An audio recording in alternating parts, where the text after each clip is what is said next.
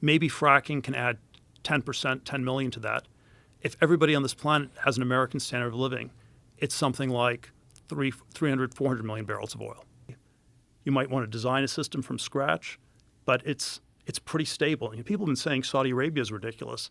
It's going to collapse in a year now. They've been saying that for 40 or 50 years. But if you have a giant oil field, you can pay for a lot of ridiculousness. I think that's the way you have to think of capital. But it's also a different kind of technology, right? If nuclear technology was completely not on the table, they didn't understand atoms at all, but they did understand that there's rays that come from space and that you could somehow harness the energy of these things with specific gases and through some method convert that into some form of electricity.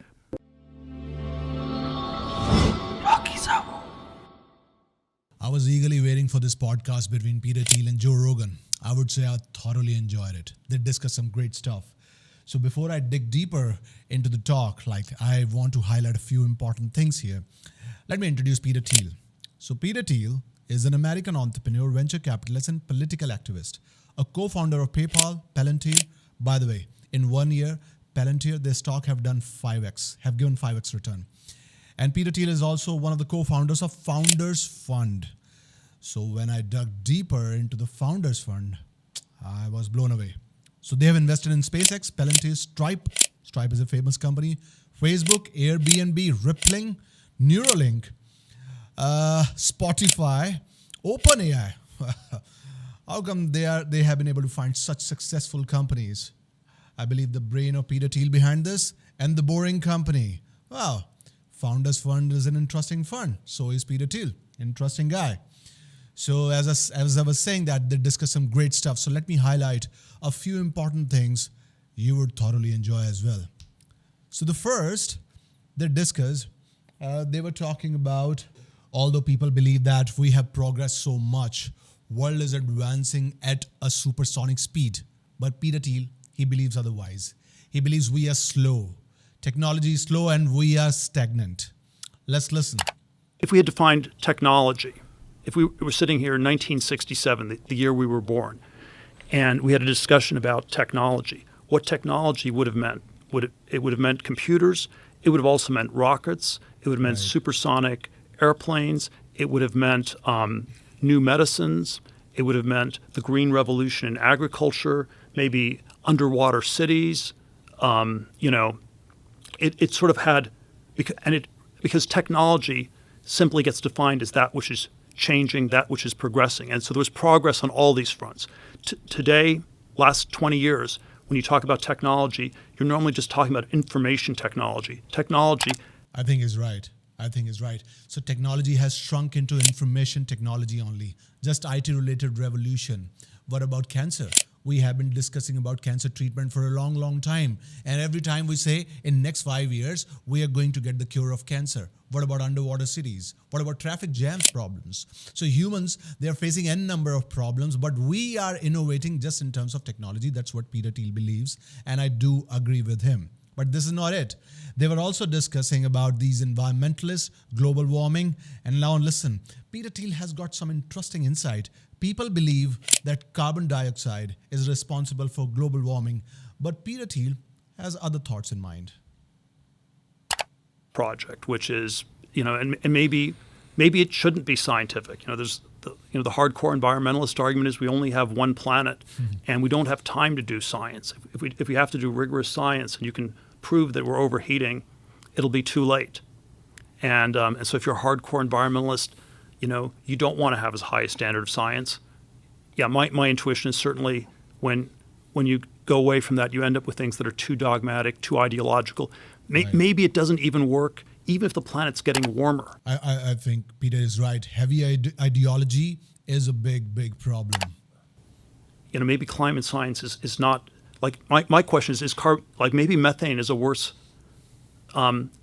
is it more dangerous greenhouse gas than carbon dioxide?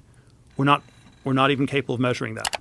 When Peter talked about methane here, I basically used Gemini Advanced, and I asked Gemini Advanced this question: is methane more dangerous than carbon dioxide? And here's the answer: yes, methane is considered more dangerous than carbon dioxide in terms of its immediate impact on global warming. And I also believe these environmentalists, these global warming preachers, they are minting money on the name of global warming. Do you remember that famous incident when Leonardo DiCaprio, he came on the stage and he started talking about global warming? By the way, he flew in his private jet and he talked about global warming. Hypocrisy at its peak.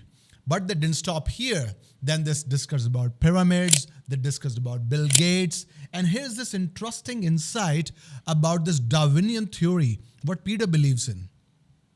Whether he's skeptical about it or he actually believes in Darwinian theory, let's see. But this is sort of like another way of getting at what's so crazy about ChatGPT and passing the Turing test. Because if we had sat here 2 years ago and you asked me, what is the distinctive feature of a human being? What makes someone a human, and how, and in a way that differs from everybody else? It's not perfect, but my go-to answer would have been language. You're a 3-year-old, you're an 80-year-old. I believe Peter is right here. The great difference between animals and humans is that we humans can communicate. We can tell stories. Animals simply cannot tell stories, right? A few years ago, I read this book, Darwinian Fairy Tales.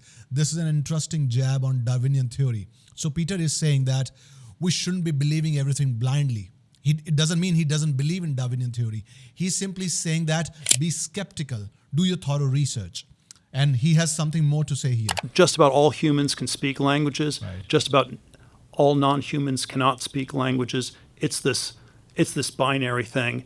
And then that's sort of a way of telling us again why passing the Turing test was way more important than superintelligence or anything else. Yeah, I could see that. Sorry, I don't want to go back to that tangent. But No, it's a good tangent. Go ahead, connect it's great. Keep tangenting off. Have fun. It's great. Do you think, what do you think the factor was? There's a lot of debate about this. Like the factor was that separated us from these animals and why we became what we became. Because we're so vastly different than any other primate. So what do you think took place? Like the doubling of the human brain size over a period of 2 million years is one of the greatest mysteries in the entire fossil record. We don't know what the fuck happened. Yeah. These are just theories. And as Nietzsche rightly said, that there are no facts. They are interpretations and misinterpretations. That's what Joe is saying. There are different sorts of theories. Cooking meat. There's a lot of theories. But we really have no idea. Well, again, if I let me do sort of linguistic riff. I think Aristotelian Darwinian biology, Aristotle, you always differ things by put them in categories. And man, I think the line Aristotle has is something: man differs from the other animals in his greater aptitude for imitation. Right. And I would say that we are these giant imitating machines. And of course, the Darwinian riff on this. Well, Peter is right again. We are imitating machines. We have been imitating since our existence. I don't know when actually we started evolving. If we believe Darwinian theory says that we were apes and slowly we evolved into humans. But I still have certain questions here. If we were really apes, why there are so many apes left? And why are they not evolving further? I don't know. Like what exactly happened, like Nietzsche and Joe and Peter and so many like-minded people believe that these are theories. We exactly still don't know what the fuck happened. And then they discussed my favorite topic, pyramids.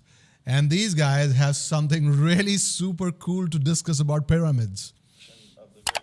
Giza, there's 2,300,000 stones in it. The whole thing points to due north, south, east, and west. It's an incredible achievement. The stones, some of them were moved from a quarry that was 500 miles away through the mountains. They have no idea how they... And this happened 4,500 years ago.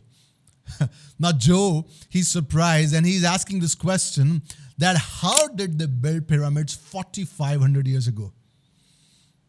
Massive stones. The ones inside the king's chamber, but they're like the biggest ones are like 80 tons. It's crazy. The whole thing's crazy. Like, how did they do that? Like, whatever they did without machines, supposedly. They did without the use of the combustion engine. They didn't have electricity.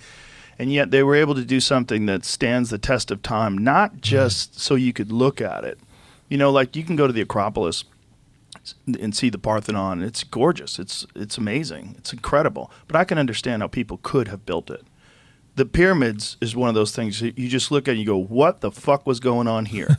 What was going on here? And none of these people are still around. You have Back then there was no electricity. We have now so many innovations, inventions, technologies around us, although Peter believes otherwise. But we do have at least a few technologies around us. And back then, 4,500 years back, how did they do it? Have this strange culture now that's entirely based around, you have Cairo and an enormous population of visitors, right? Which is a lot of it. People just going to stare at these ancient relics. What was going on that those people were so much more advanced than anyone anywhere else in the world? Yeah, I'm not sure I would anchor on the technological part, but I think the piece that is very hard for us to comprehend is what motivated them culturally. Well, how did they do it physically? Why did they do it? Why were you motivated? Sure, why, but also how? How is a big one, because it's really difficult to solve. There's no traditional, conventional explanations for the construction, the movement of the stones, the amount of time that it would take. And if you move 10 stones a day, I believe it takes 664 years to make one of those pyramids. So how many people? Right. I agree that how is important, but what about why? Nietzsche again said, if somehow you can find your why, you can bear somehow. I think why is super important in our life. If somehow we can find our why, we can bear somehow. So why is more important? And Peter rightly said, we have to figure out why did they do it?